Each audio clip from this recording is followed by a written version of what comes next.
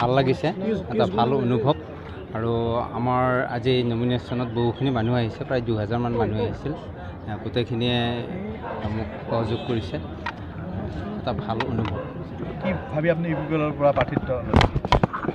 মই একমাত্ৰ প্ৰমোদ বড়ো ছাৰৰ নেতৃত্বক চায়ে মই ইউপিপিএলৰ পৰা প্ৰাৰ্থিত্ব বিচাৰিছিলোঁ মানে ছাৰে তেওঁলোকে নিজে চিলেক্ট কৰিয়ে দিছে, ওপৰৰ পৰা আমাৰ গোটেইখিনি নিৰীক্ষণ কৰি থাকি উঠি দিছে।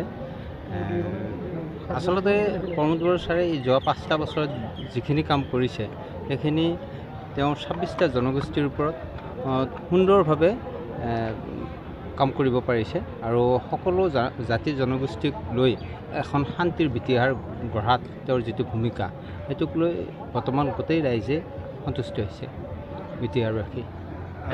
বাকী যেনেকুৱা BPF যেনেকুৱা কৰি অসমীয়া ভাষিক কোনো প্ৰাৰ্থী দিয়া নাছিল, এই ক্ষেত্ৰত ইউপিপিএলে দিছে, এই ক্ষেত্ৰত আপুনি কি ক'ব অসমীয়া ভাষী হিচাপে?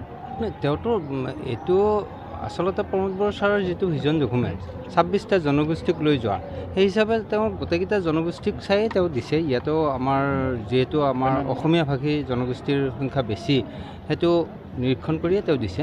আৰু ক'ৰবাত কিছুমান জনগোষ্ঠীৰ ভাষীৰ মানুহ কম আছে, যাৰ কাৰণে প্ৰাৰ্থিত্বৰ ক্ষেত্ৰত অলপ অসুবিধা হয়, সেইটো হয়তো চিন্তা কৰি তেওঁ দিয়া নাই।